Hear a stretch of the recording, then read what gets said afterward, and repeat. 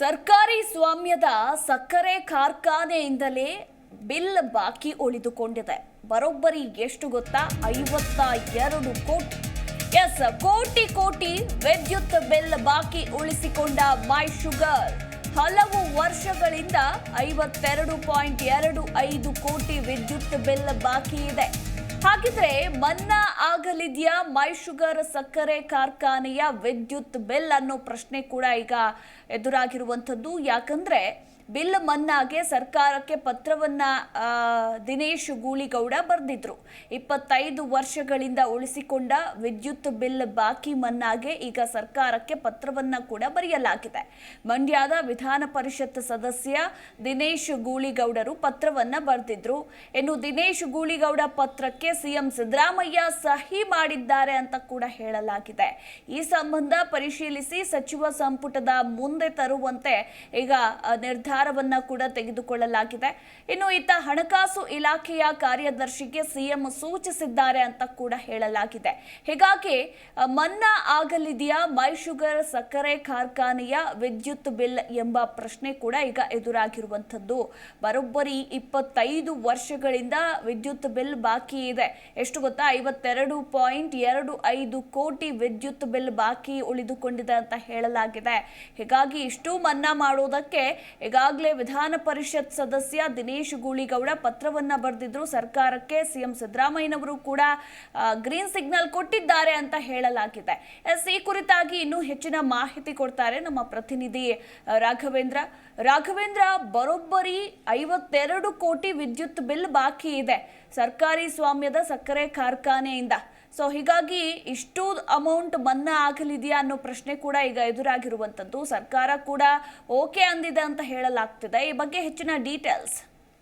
S Madhumala, Mandya ಜಿಲ್ಲೆಯಲ್ಲಿರುವ ರಾಜ್ಯದ ಏಕೈಕ ಸರ್ಕಾರಿ ಸ್ವಾಮ್ಯದ ಮೈ ಶುಗರ್ ಕಾರ್ಖಾನೆ ಏನಿದೆ, ಇದು ಭಾರಿ ಮೊತ್ತದ ವಿದ್ಯುತ್ ಬಿಲ್ ಅನ್ನ ಬಾಕಿ ಉಳಿಸಿಕೊಳ್ಳುವ ಒಂದು ಅಚ್ಚರಿ ಘಟನೆ ಈಗ ಬೆಳಕಿಗೆ ಬಂದಿದೆ.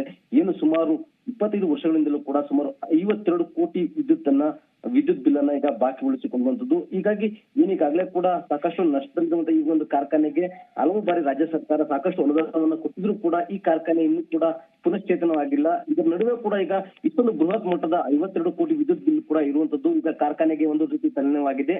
ಹೀಗಾಗಿನೇ ಕೂಡ ಮಂಡ್ಯದ ಜನಪ್ರತಿನಿಧಿಗಳ ಇದಾಗಿರುವಂತಹ MLC ಆಗಿರುವಂತಹ ಏನು ದಿನೇಶ್ ಗೂಳಿಗೌಡರು ಈ ಒಂದು ಸಂಬಂಧವಾಗಿ ಏನು ಮೈಸೂರು ಸಕ್ಕರೆ ಕಾರ್ಖಾನೆಗೆ ಈ ವಿದ್ಯುತ್ ಬಿಲ್ ಏನಿದೆ, ಈ ಒಂದು ವಿದ್ಯುತ್ ಬಿಲ್ ಅನ್ನ ಮನ್ನಾ ಮಾಡಬೇಕು ಅಂತ ಹೇಳಿ ಈಗ ಸರ್ಕಾರಕ್ಕೆ ಒಂದು ಪತ್ರವನ್ನ ಬರೆದಿದ್ದಾರೆ. ಈ ನಿಟ್ಟಿನಲ್ಲಿ ಕೂಡ ಸಿಎಂ ರವರು ಕೂಡ ಇದಕ್ಕೆ ಒಂದು ಪೂರಕವಾಗಿ ಸ್ಪಂದಿಸಿ ಏನು ಈ ಒಂದು ಮೈಸೂರು ಕಾರ್ಖಾನೆ 52 ಕೋಟಿ ವಿದ್ಯುತ್ ಬಿಲ್ ಅನ್ನು ಕೂಡ ಮನ್ನಾ ಮಾಡ್ಲಿಕ್ಕೆ ಮುಂದಾಗಿರುವಂತದ್ದು ನಮ್ಮ ಮಾತುಗಳು ಕೂಡ ಕೇಳಿ ಬರ್ತಾ ಇದೆ.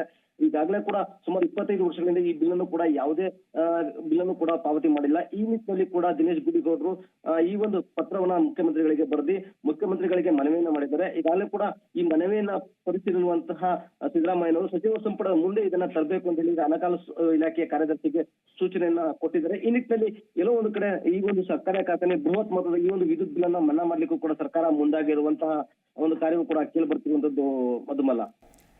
ಥ್ಯಾಂಕ್ ಯು ರಾಘವೇಂದ್ರ ನಿಮ್ಮೆಲ್ಲ ಮಾಹಿತಿಗಾಗಿ.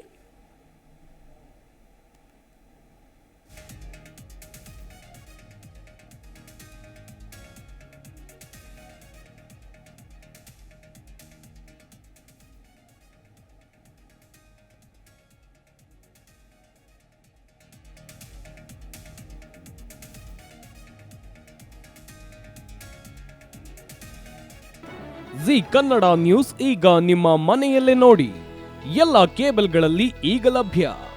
ಸನ್ Direct 292, Jio TV 1334, U digital 162, city cable 51, GTPL 17, Abhishek cables 821, Rockline telecommunication 51, Shri Basaveshwara number 60, Vinayaka digital number 53, in digital number 896ರಲ್ಲಿ ನಿಮ್ಮಿಸ್ತದ ಜಿ ಕನ್ನಡ ನ್ಯೂಸ್ ನೋಡಿ ಆನಂದಿಸಿ.